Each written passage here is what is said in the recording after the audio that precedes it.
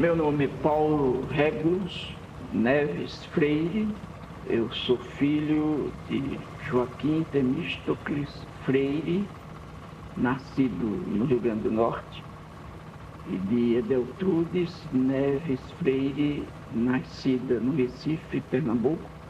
Sou conhecido como Paulo Freire, nasci em 19 de setembro de 1921, no Recife.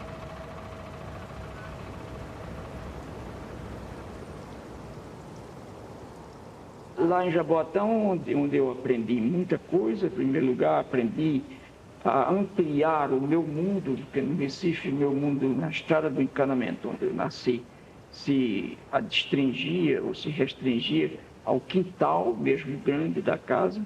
Em Jaboatão, esse mundo cresceu um pouco. Eu era um menino que mudei também de sociologia, porque quando eu deixei o Recife, fui morar em Jaboatão, na beira de um rio. E então, aí, mudando a sociologia, eu mudei um pouco a psicologia também, entende? Mudei a ecologia, quer dizer, eu passei a sofrer influências que eu não sofria antes e que foram muito interessantes para mim, muito marcantes. Quer dizer, eu ampliei o universo de amizade. Então, eu passei a ter em Jabotão meninos que ficaram meus amigos até hoje, um outro ainda sobrevive, e que eram meninos filhos de camponeses ou filhos de trabalhadores urbanos, por exemplo, da cidade ferroviária, na época, que era Jaboatão. Mas a experiência da fome cresceu de um lado, mas era como é que eu diria, era a fome de mercado, quer dizer, de produtos do mercado. Aí a gente não tinha dinheiro para comprar, mas não havia a fome rigorosa, porque a gente tinha as frutas em abundância e bem mais fáceis do que quando a gente morava no Recife. Quer dizer, naquela época, realmente, morando onde eu morei, em 1932, em Jaboatão, dificilmente uma criança podia passar um dia inteiro sem comer, porque podia passar até um mês sem comer feijão, por exemplo, sem comer carne, mas não passava, e isso teria repercussões, claro, mas não passava sem comer, porque havia manga, havia jaca, havia banana, havia tudo isso. Ainda, além do mais, havia ovos também, de galinhas andarilhas que punham pelo quintal dos outros, que punham no mundo. Entende? O seu terreno era o mundo. E, portanto, eu era um menino do mundo e achava os ovos.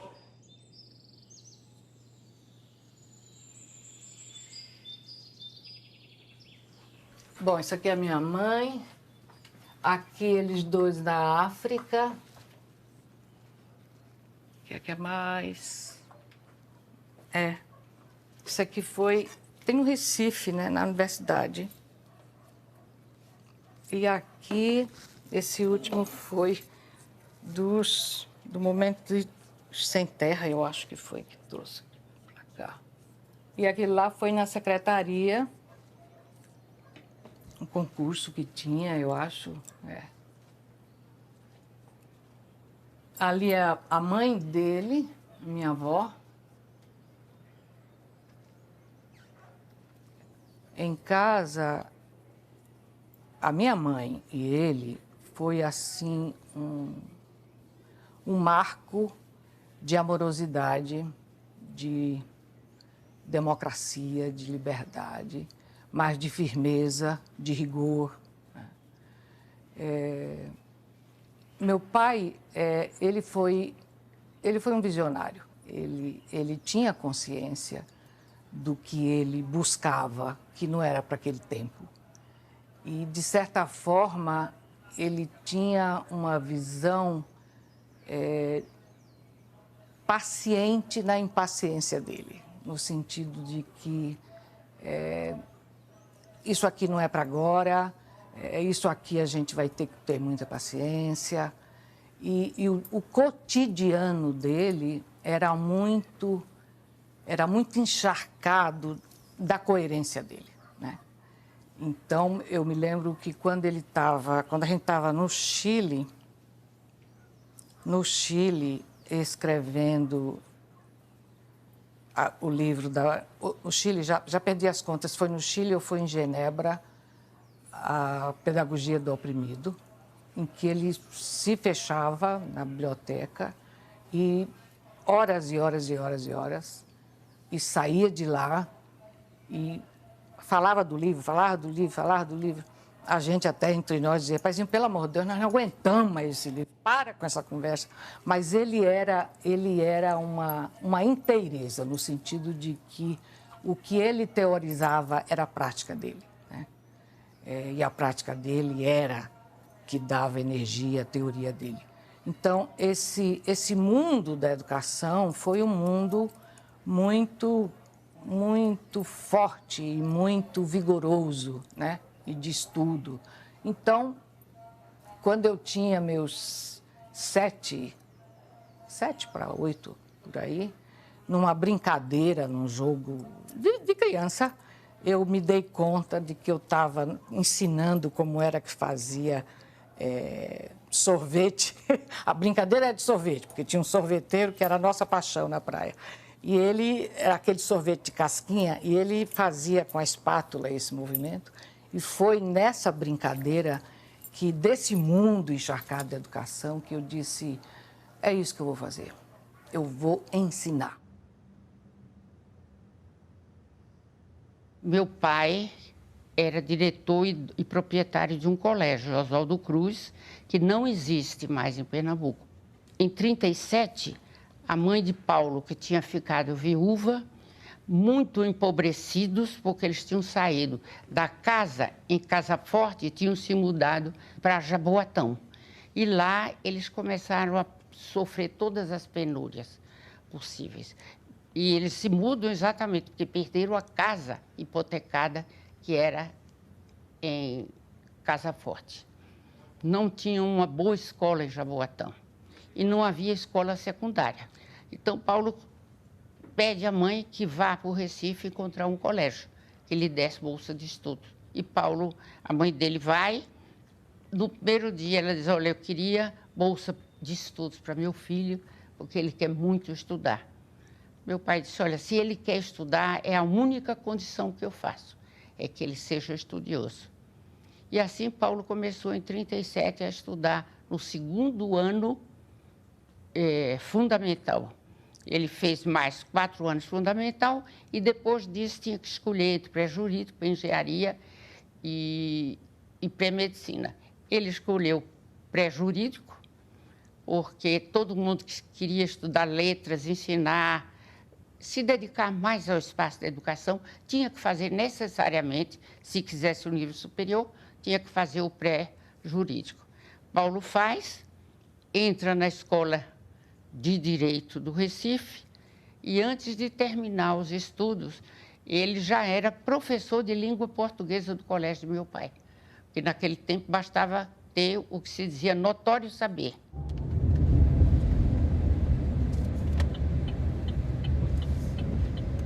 O espaço de aprendizado mesmo se deu na família, né? Eu acho que ele próprio divulga isso nos seus livros. A família teve uma importância muito grande para Paulo Freire. Lá ele diz que foi onde aprendeu o diálogo. Lá ele aprendeu a humildade e o exercício de humanidade, né? Lá também ele aprendeu e viveu as dificuldades. E na família também aprendeu a superar as dificuldades, né? Eu acho que isso é básico, né? A importância do aprendizado de Paulo Freire na família. Que eu acho que isso tem presença na própria vida dele, né? Família é uma coisa importante para Paulo Freire. Família também no seu sentido amplo, né? Não só no seu sentido biológico. Paulo Freire constituía uma grande família, eu digo, com o nosso período fora do Brasil, e que Paulo Freire ia uma vez a cada ano para a reunião da Unesco, né? Estava lá conosco, constituindo uma família de brasileiros para nos dar notícias do Brasil e saber da gente, né? E ele foi sendo, digamos assim, forjado ao longo dessas experiências, né? Isso é que é interessantíssimo, que não é uma coisa de uma ideia pronta, montou tudo, mas isso foi sendo pouco a pouco construído nas diferentes experiências, nos diferentes contextos. Então, quando você fala aí da contextualização, ninguém entende Freire sem entender a sua história. Nem a história de vida, nem o dos momentos em que ele viveu. Quem estuda essa história e identifica esses passos, precisa saber pontuar onde é que as coisas brotaram, né? Sob que chão brotou. Não com um sentimento bairrista, essa coisa, porque hoje Paulo Freire é uma pessoa do mundo.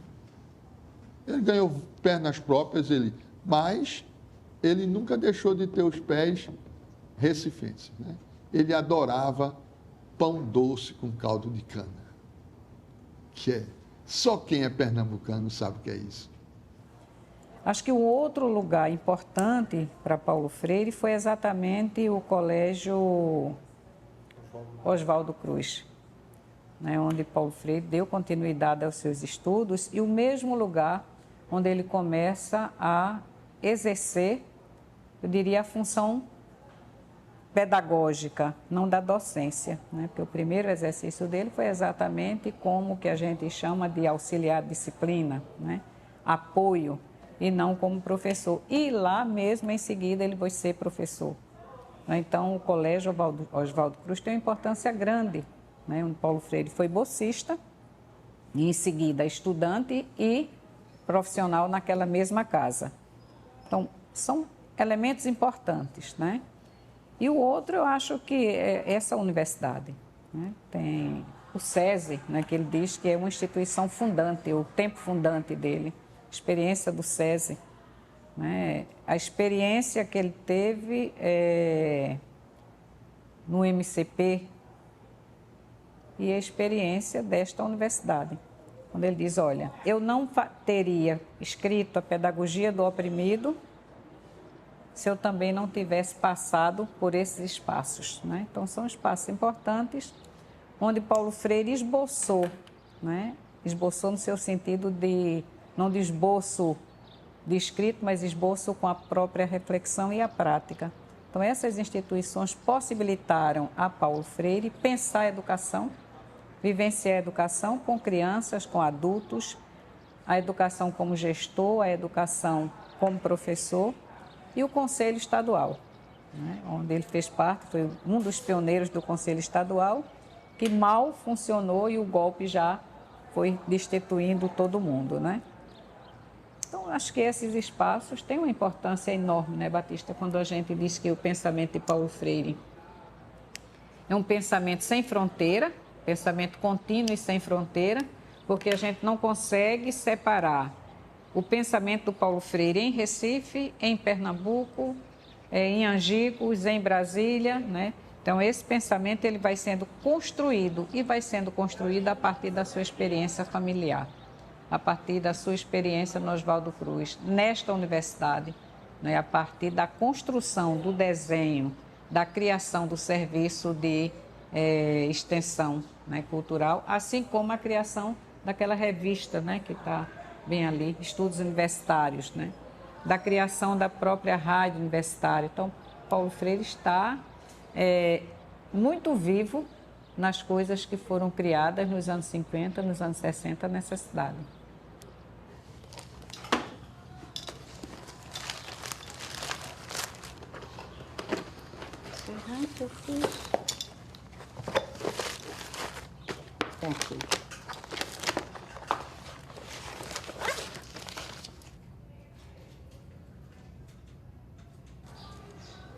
Essa era a casa onde eles moravam, lá na Rita de Souza. Oh, meu Deus, olha o paizinho como era magro, meu Deus do céu. Essa é minha mãe com as 3 Marias. Isso eu não sei onde é. Essa é a Madalena. Essa é a Mima, essa é a Cristina que você viu em Genebra. E essa sou eu. Aqui, ó, o paizinho, mãezinha. Aqui são primas, a Ângela. Aqui, olha a Madalena. A Mima, a Maria Cristina. E eu tô aqui, ó. É muita saudade, mas faz bem também. É um dia que é um grande desafio, né? A gente aprender a lidar com a falta. Isso tudo é desenho da minha neta. Eu sou uma privilegiada, considero eu, não só de ter, óbvio, de ter nascido, porque a gente não escolhe em que ambiente familiar a gente vai nascer, né? Nos mandam, né? Eu ganhei um presentaço ao ser filha da minha mãe e do meu pai. E o segundo presentaço foi ser nordestina também. Depois você corta. Para mim, é um dos maiores orgulhos de pertencimento é do Nordeste. Quer dizer, eu amo o Nordeste, eu amo o sertão, eu amo o mar. Quer dizer, então, isso sempre me fez muita falta. E a cultura, né? Mas, rapaz, tu pode minimamente imaginar o que significa tu fazer uma escolha profissional na mesma área que o danado desgraçado desgraçado no bom sentido nordestino, né? Porque nós somos desgraçados, de certa forma. E tu escolher profissionalmente, por livre vontade, né? Porque, nesse sentido, graças a Deus, o nosso processo de educação deles, para nós, nunca foi impositivo, estás a perceber? Então, foi uma escolha mesmo por querer aquilo. Agora, puta merda, eu fui escolher justo a área na qual ele estava, não é? E o cara era da pesada, né? Então, para mim foi uma experiência, e continua sendo até hoje, mesmo ele morto, não muda nada para mim, claro. Muda a falta física, a presença física dele, né? A saudade física. Agora, a saudade interna eu não tenho, porque ele está dentro de mim, né? Quer dizer, então...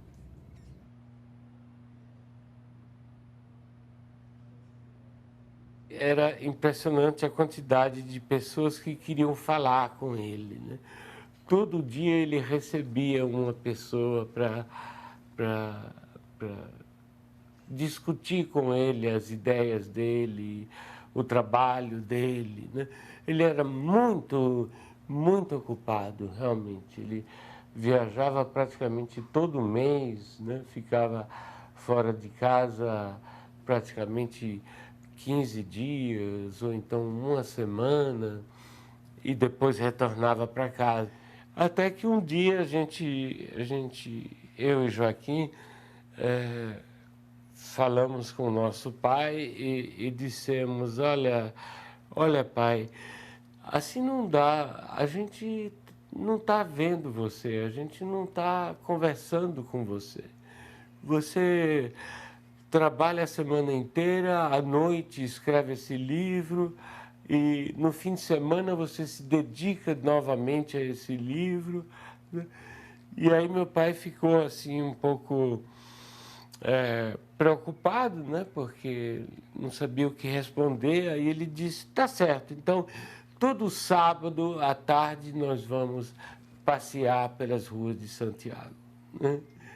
E aí nós saíamos, então íamos nas bibliotecas, ao cinema, almoçávamos juntos, era fantástico, né? E meu pai sempre foi uma pessoa em família, uma pessoa muito sensível e muito aberta ao diálogo com os filhos, né? Quer dizer, ele poderia estar fazendo o que ele estivesse fazendo, mas se um de nós chegasse para ele e dissesse, pai, eu preciso falar com você, ele largava tudo que estava fazendo e se dedicava a escutar a gente.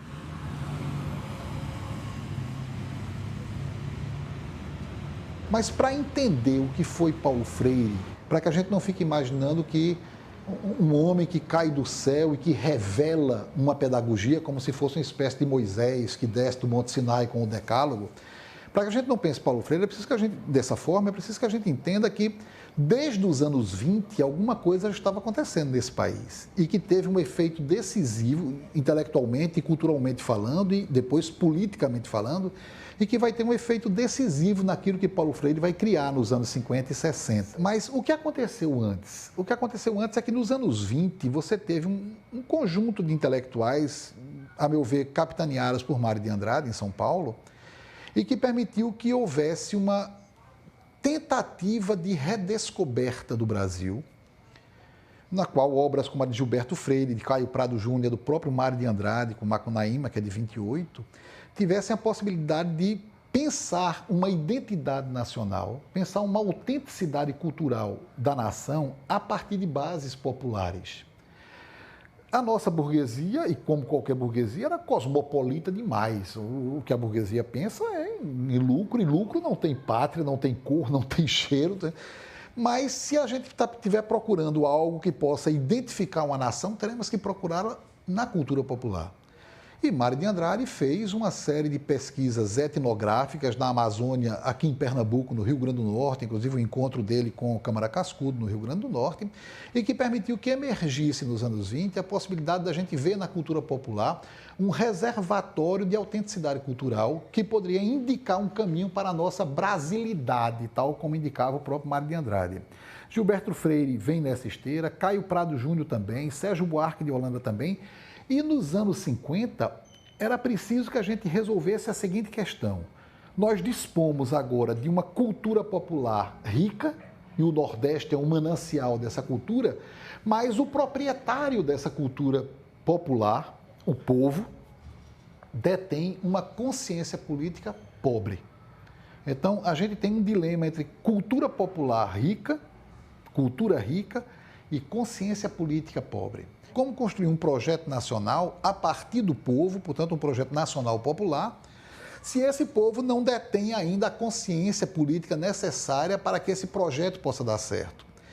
Paulo Freire é o cara que vai dar a essa interrogação uma resposta pedagógica. Quem somos e o que é que nós vamos fazer de nós mesmos?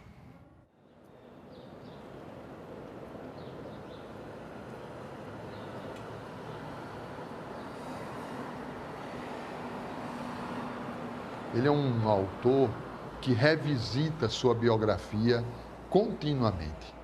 Por exemplo, quando ele diz assim, a leitura do mundo precede a leitura da palavra. Aí ele diz, quando eu morava, quando eu era pequeno, morava no meu quintal, lá as mangueiras, eu olhava assim, aí, manga inchada, manga madura e manga podre.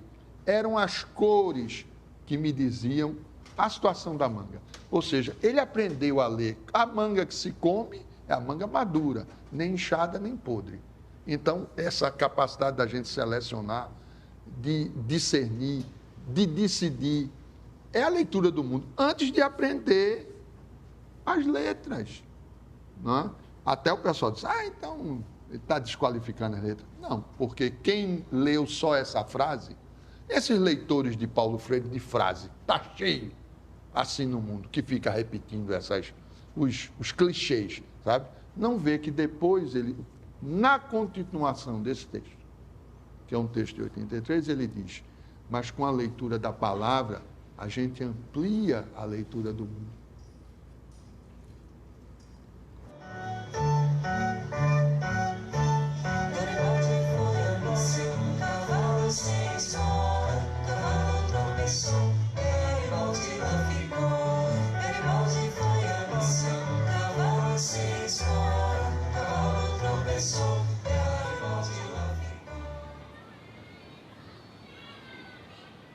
Paulo Freire, junto com outros educadores do Recife, não satisfeitos com a educação formal, acadêmica, principalmente para crianças pequenas, resolvem fundar uma escola.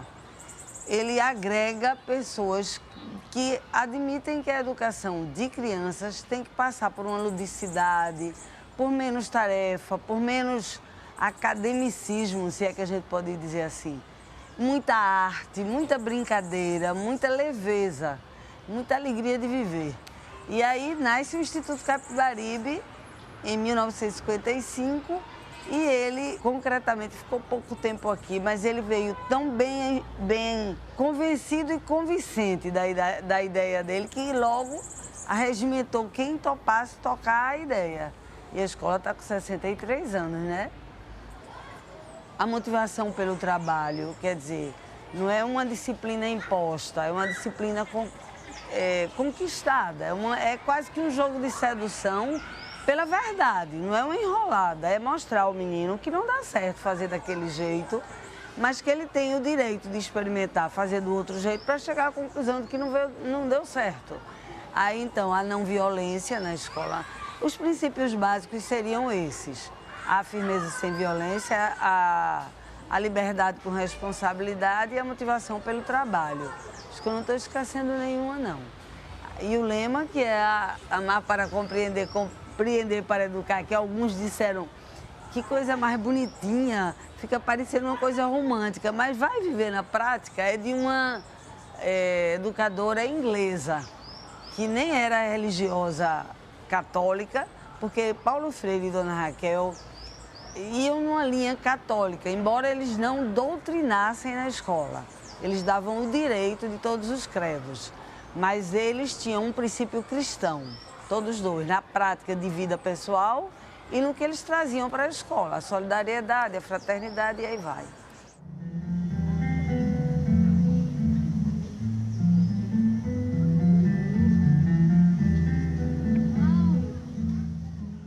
Eu convivi com o Paulo e acompanhei, digamos, o nascimento dos círculos de cultura, porque ele apresentava as ideias dele, quer dizer, então tinha um grande debate até como é que a gente fazia para alfabetizar o maior número de pessoas possível no Brasil, quer dizer, em curto espaço de tempo, e ele tinha as experiências do MEB, de várias outras experiências, serviço social rural, enfim, várias outras coisas que faziam educação pelo rádio.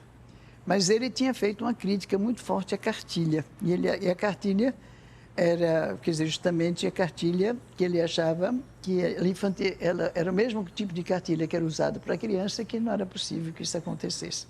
Então, isso era o debate, era de como é que você poderia multiplicar as possibilidades de alfabetização, no caso, na cidade do Recife ou no próprio estado de Pernambuco, mas inicialmente era na cidade do Recife.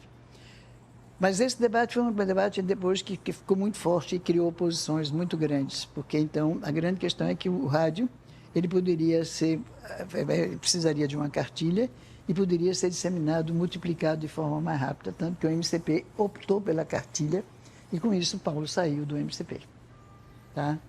Ele saiu do MCP e aí ele foi fazer o trabalho que ele está começando no MCP, ele foi fazer no Serviço de Extensão Cultural no SEC, lá na universidade, no âmbito da universidade. E foi lá que ele desenvolveu. Inclusive, acho que a experiência de Angico já foi quando ele estava no SEC. Né? E aí tinha toda uma outra questão, quer dizer, toda a questão ideológica. Paulo não estava. Paulo queria, justamente, eu me lembro muito de um debate muito forte, quando ele dizia para mim: pouco importa se alguém vai votar em Lacerda ou vai votar em Jango. Minha questão é saber se ele está votando porque ele sabe o que é que ele está fazendo ou não está sabendo o que é que ele está fazendo. Isso chocava muito, porque, na realidade, o que se pretendia era que se fizesse, digamos, um caminho que levasse claramente a uma crítica da sociedade brasileira, toda aquela situação de exploração, etc., etc., que era justamente o mote da cartilha, das palavras-chave da cartilha. As palavras-chave de Paulo Freire, elas provinham de uma pesquisa do Universo Vocabular. Que Paulo se preocupou em que as sociedades democráticas não tivessem essa barbárie que agora eu creio que depois da morte dele está pior do que antes. E eu digo, quanto mais barbárie tem, mais os livros de Paulo se vendem. Hoje, os livros de Paulo são mais vendidos do que em 1997, quando ele morreu. Paulo, eu digo às vezes, Paulo é o pedagogo do óbvio. O que Paulo falou é quase tudo obviedade, só que tirado dessa coisa do senso comum, do todo dia, dos cantos e instantes mais diferentes da vida, ele tinha uma capacidade enorme, vamos dizer assim, de penetrar e subtrair daquilo o que era importante para explicar a realidade. Essa experiência, entendi, que foi uma experiência, de um lado de fome, do outro uma experiência de discriminação. Eu via, por exemplo, como os meninos de classe média abastada, por exemplo, discriminavam os meus colegas, meus amigos, filhos de camponeses, por exemplo. Mas eu entendia e percebia, talvez percebesse mais do que entendesse, a discriminação e sempre me pus contra. Quer dizer, desde menino que eu quase que me arrepiava diante de qualquer manifestação discriminatória. Não importa de quê. Discriminação, até já naquela época, discriminação religiosa me irritava a discriminação racial, me irritava a discriminação contra a classe, por exemplo, que eu não entendia como classe, mas entendia como menino pobre. Então, eu ainda não me arrepiava na infância, era na discriminação que só muito tempo depois eu percebi, que é a discriminação do sexo, quer dizer, a discriminação machista contra a importância e contra os direitos da mulher. Ali era meio difícil que eu percebesse, porque eu era também um produto dessa cultura machista, quer dizer, eu estava sendo, de certa forma, moldado machistamente para reproduzir exatamente a ideologia machista que eu devo ter reproduzido durante algum tempo, mas depois me consertei. E acho que hoje sou, pelo menos, um pouco menos machista do que era.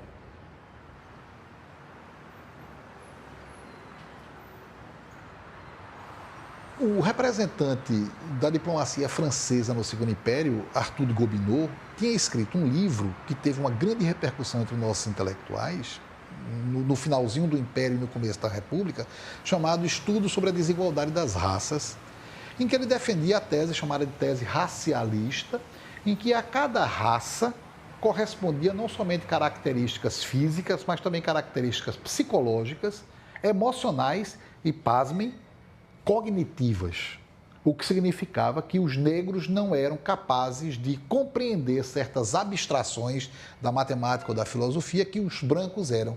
E ele perguntava no livro dele, muito capciosamente, querem a prova? Apontem-me aonde está o Charles Baudelaire africano.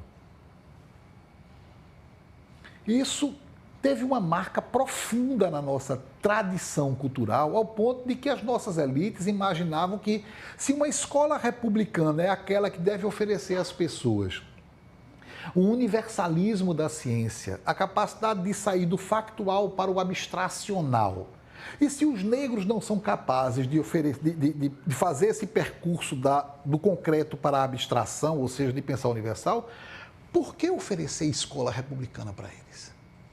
E é exatamente por essa tradição racialista que para os negros e para os subalternos se ofereceu escola profissional e para as elites escola propedêutica. É por isso que as nossas escolas públicas do tipo ginásio pernambucano eram consideradas escolas maravilhosas, porque elas atendiam apenas as nossas elites. Para o povo estava oferecido ou desescolarização ou escola puramente profissional elementar para que eles pudessem exercer os ofícios manuais da nossa sociedade, ou seja, uma forma de preservação da escravidão de uma outra maneira. Ora, é exatamente contra isso que Paulo Freire vai se opor. A educação popular é uma tentativa honrosa de fazer com que a ausência de republicanismo escolar pudesse ser suprida com uma outra forma de educação que ele chamou de educação popular. As ideias pedagógicas dele são ideias que fazem uma leitura do mundo, mas também concebem um projeto de sociedade para determinados segmentos que historicamente foram excluídos. É claro que a gente trabalha para diminuir, e acho que a opção de uma cátedra é trabalhar no sentido de diminuir essas desigualdades, as dificuldades de acesso, né? De populações que viveram historicamente aí fora da universidade, da educação superior, ou mesmo que desde a educação básica já tinha. E Freire foi um homem que pôs a sua vida a serviço disso. Aqui no Brasil, no Chile, por onde ele passou, né? De olhar para as populações excluídas. Essa é uma pedagogia que olha para essas pessoas, no sentido de incluí-las. Nós nos sentimos identificados com isso. Claro que tem colegas que não pensam isso. Até mesmo colegas que se dizem progressistas. Entendeu? Que batem palma quando chegam na Escandinávia e encontram uma estátua de Paulo Freire, mas criticam quando os trabalhadores e as trabalhadoras da educação dessa América Latina trouxeram para plantar nesse campus, Recife, uma escultura belíssima dele ali às margens do Lago do Cavoco. Então, é um contrassenso uma coisa dessa, né? Agora, cada um vive com sua loucura, entendeu? E vive com suas contradições. Nós preferimos perfilar com a coerência.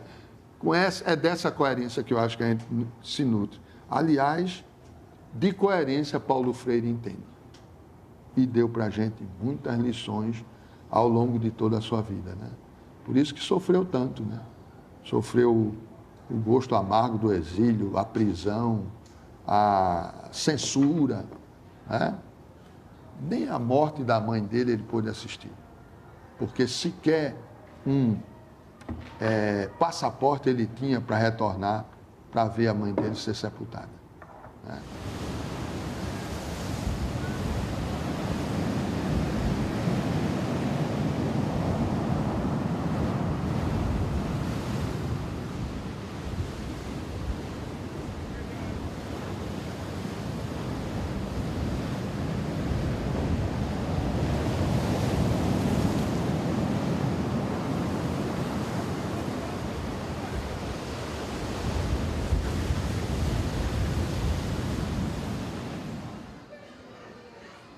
Eu sempre digo que eles botaram Paulo Freire na prisão e com isso a educação do Brasil, que estava avançando, ela estagnou. A concepção de educação que ele tem, que é exatamente de você ter clareza sobre o que é que engendra, digamos assim, a realidade, como é que... Mas sem propriamente ser a doutrinação, mas muito mais pelo contrário, dando os instrumentos para que se descubra como é que essa realidade se tece. Eu acho que é esse que é o caminho dele, daí que era sempre a questão do diálogo, e não propriamente do proselitismo, sou eu que estou dizendo isso, Paulo não falava isso, eu que estou dizendo. Então, ele, quer dizer, era justamente dar os elementos para, quer dizer, fazer com que... era quase que uma maiêutica, quer dizer, ou seja, era fazer vindo do educando e orientado pelo educador, de fazer com que, quer dizer, numa fala gramsciana, o pensamento se organizasse.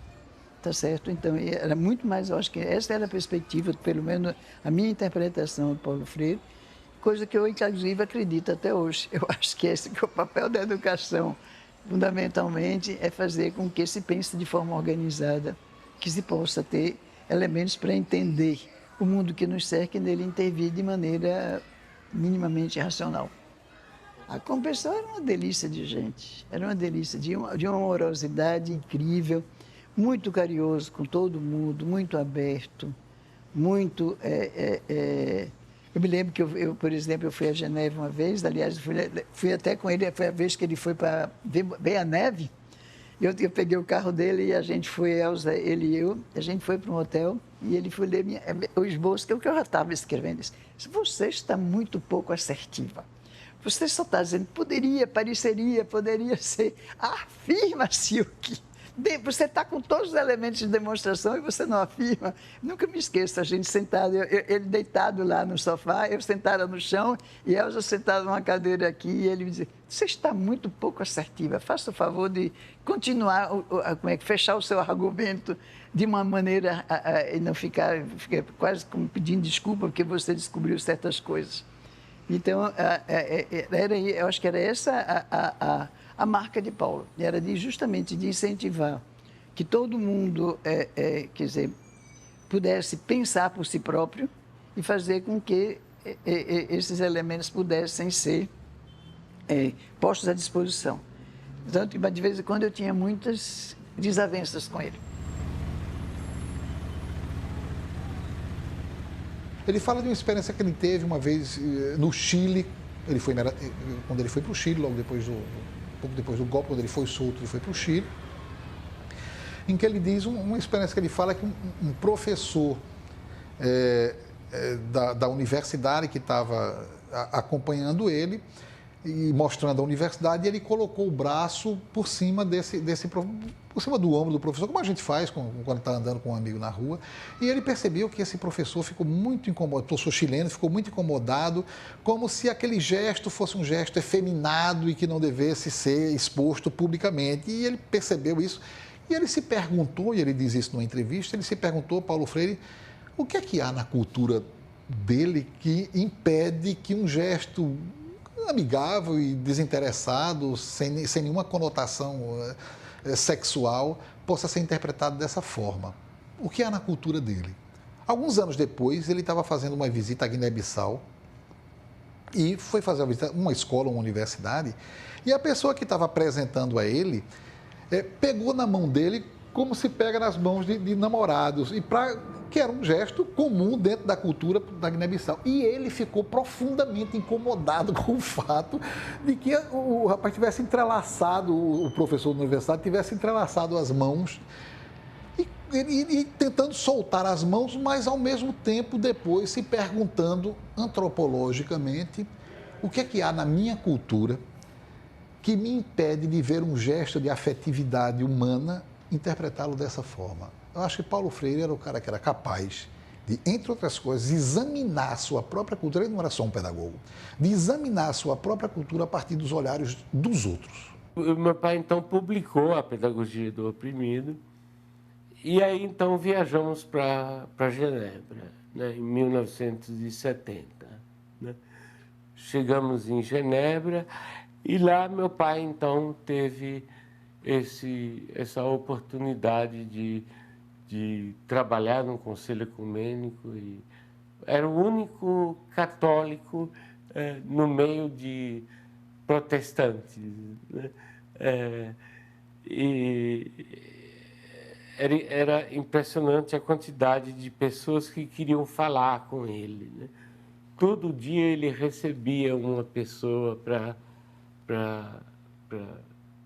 discutir com ele as ideias dele, o trabalho dele, né? Ele era muito, muito ocupado, realmente. Ele viajava praticamente todo mês, né? Ficava fora de casa praticamente 15 dias, ou então uma semana, e depois retornava para casa. Então a gente sentiu uma falta dele muito grande. Mas quando ele voltava, era uma festa fantástica, né? A gente costumava... Como ele não gostava da comida suíça, né? Ele não gostava da comida suíça, a gente só comia a comida brasileira, né? Feijão com arroz e carne, farinha, né? Quer dizer, ele, não sei onde é que ele arranjava aquela farinha de mandioca em Genebra, imagina você. Ele ia nas lojas de importação, né? Pagava uma fortuna, né?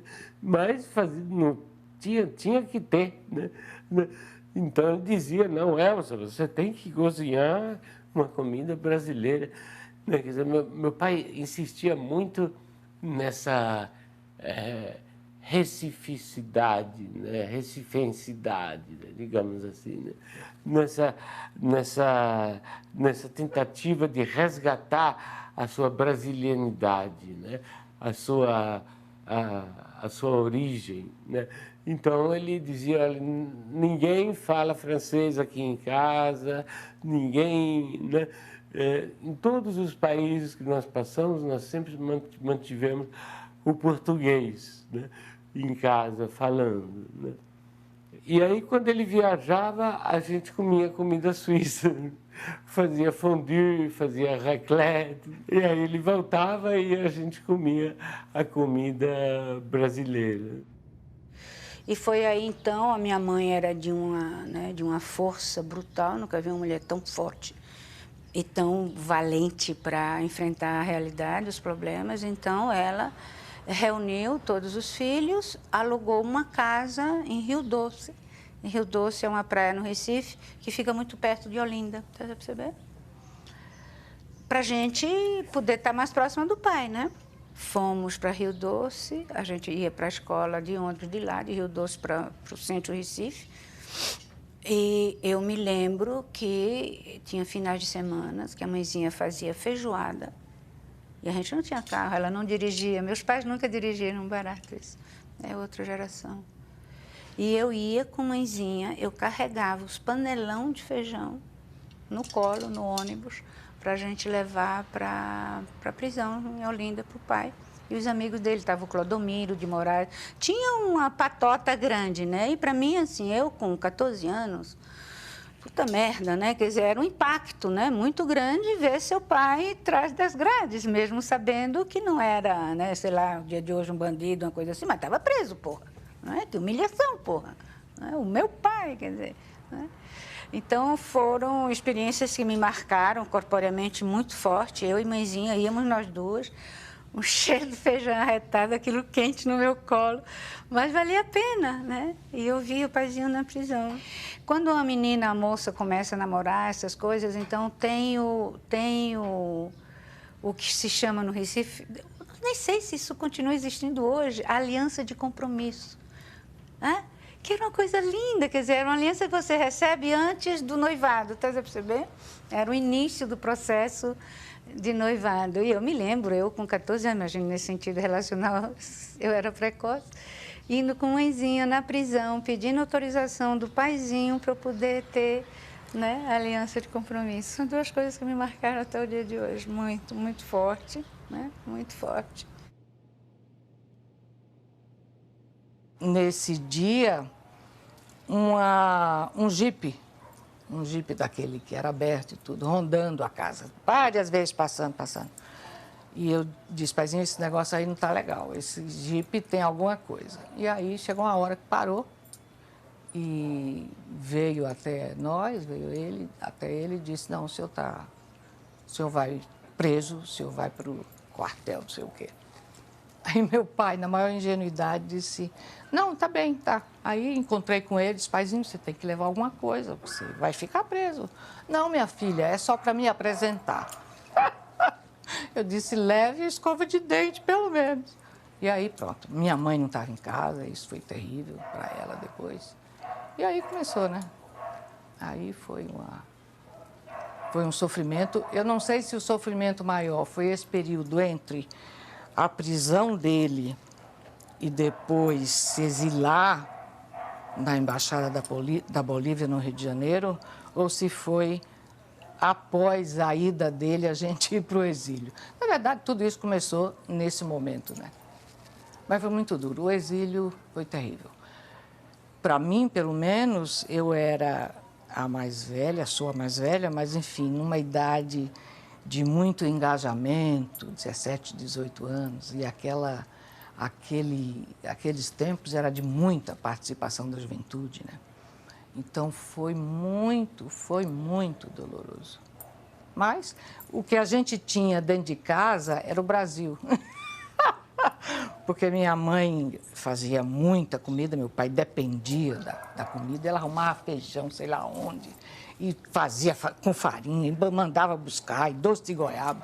Então, em casa era o Brasil. Isso foi uma raiz muito sólida para nós todos, né? A gente estava lá, sofria, outra língua, mas a casa era brasileira.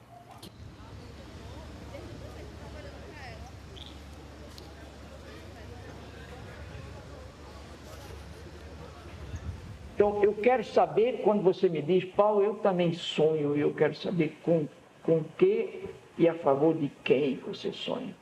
Quer dizer, qual é o sujeito beneficiário do teu sonho? É a burguesia que explora ou é a massa deserdada que sofre? E não basta que você me diga, eu sonho pela humanidade, porque a humanidade como abstração não existe. Entende? Então, agora, quando você me pergunta, Paulo, me diga qualquer coisa sobre o seu sonho, eu te diria, o meu sonho fundamental É o sonho pela liberdade que me estimula a brigar pela justiça, pelo respeito do outro, pelo respeito à diferença, pelo respeito ao direito que o outro tem e a outra tem de ser ele ou ela mesma.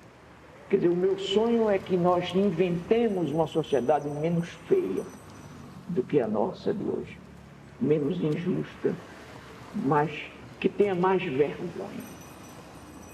Esse é o meu sonho. O meu sonho é um sonho da bondade e da beleza.